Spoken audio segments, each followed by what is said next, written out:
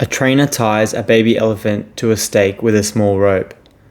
The tiny elephant tries to break free, but can't.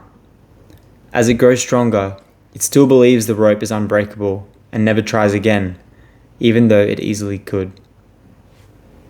How many times have you told yourself, I can't do something, or I don't know how to do it, and then you go and get someone else to help you out? There's a quote from Henry Ford, and he says, whether you think you can or you think you can't, you're right. The reality is, there's only two things you need in order to achieve anything in life. The first one is the belief that you can do it, and the second one is just practice and repetition. But a lot of us get stuck on the first part. You don't believe you can do it at all, so you just give up, or you don't try. We tell ourselves that we can't be good at something because we're not as good as someone who's already skilled in it. But why is it so hard for us to see that they too were a beginner at first? They didn't know how to do it either. The master guitarist didn't know how to play chords at the beginning either. But we have this delusion that because someone else is good at something already, that they were sort of born like that, or that we are somehow worse than them. We become stuck in this unproductive loop of waiting to be good at something to begin it.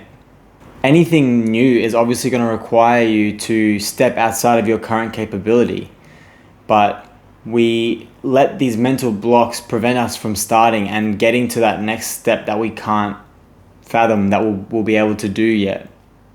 And you can see it with kids. They don't have this computational power to say, maybe I'm not good enough to do that. And they learn so quickly, and obviously because of the developmental age, but another big part of it is that they're just willing to give anything a shot. They don't really have those. The key to escaping this mental prison is this. You have to teach yourself to believe in the possibility of success. And you have to teach yourself not to be ashamed of the distance between who you are and what you can do. That's a quote from Devin Erickson.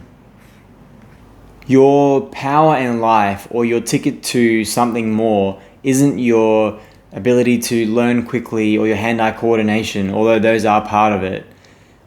Your actual power is your belief that you can overcome a challenge.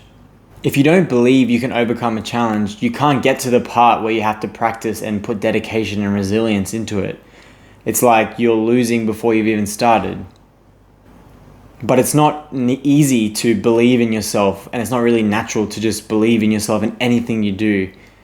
But believing in yourself is like a muscle. So you can do things to train it up, and to a point where you will believe that you can overcome anything with enough practice and time and learning. So how do you train this muscle? You start doing things that you're not comfortable doing.